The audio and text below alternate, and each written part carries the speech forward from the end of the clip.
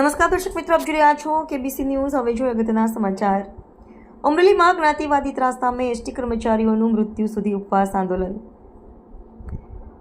અમરેલી જિલ્લામાં અનુસૂચિત જાતિના એસટી વિભાગના કર્મચારીઓ પર થતો માનસિક અને આર્થિક ત્રાસ તેમજ જ્ઞાતિવાદી વર્તન સામે ન્યાયની માંગ સાથે 3 કર્મચારીઓએ મૃત્યુ સુધી ઉપવાસ આંદોલન શરૂ કરવાનો નિર્ણય લીધો છે।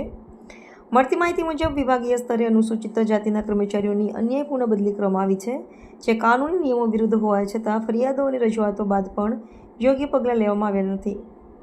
આ ત્રાસથી વ્યથિત થઈ 3 કર્મચારીઓ પરેશ મનુભાઈ ચૌહાણ, મનીષ કાંતિભાઈ વાળા અને અનિલ ભીખાભાઈ વાળા 1 સપ્ટેમ્બર 2025ના રોજ ઝેરી દવા પી આત્મહત્યા કરવાનો પ્રયાસ કર્યો હતો।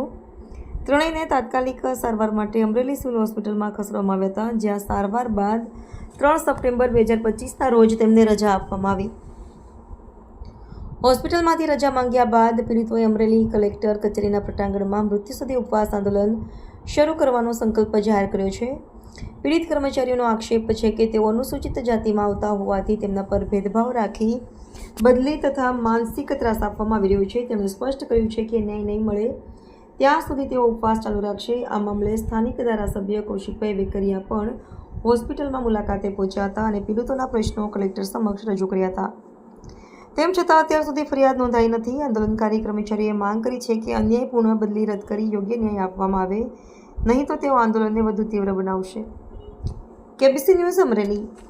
દર્શક મિત્રો, કેબીસી ન્યૂઝને લાઇક, શેર, સબસ્ક્રાઇબ કરો, બેલ આઇકન પ્રેસ કરો, જેથી આપને નોટિફિકેશન્સ મળતી રહે।